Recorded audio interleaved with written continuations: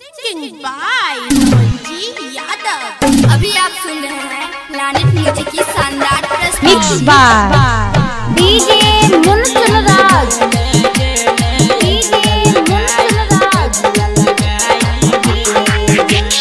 प्यार हमारा से करके लेला दोसर से शादी रचाई गे जान।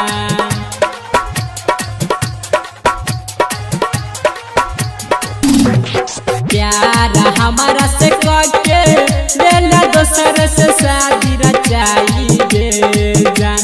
ये जान गे लेला तू रचाई गे जान।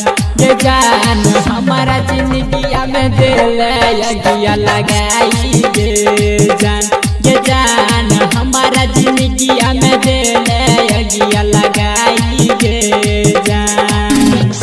प्यार हमारा से करके लेला दोसर से शादी रचाई गे जान।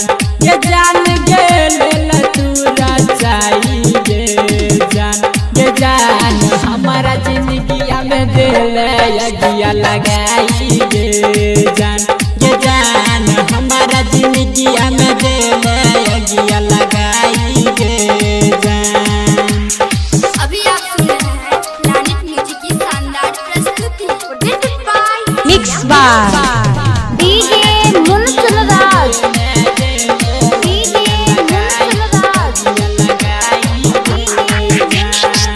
बचपन से करे रहियो तोरे से प्यार गे। कर दिलही दिलवा में तेरे यार पार गे।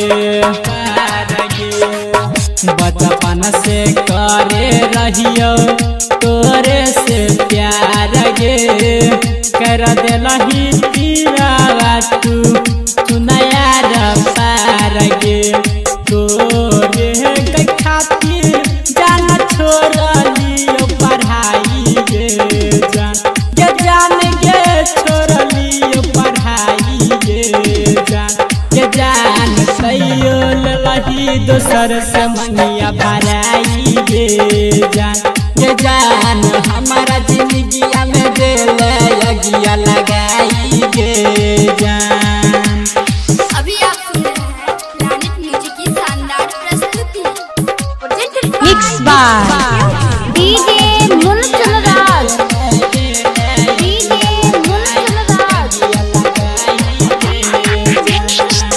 कहै छौ सुमन किसन एतै बड़ याद गे।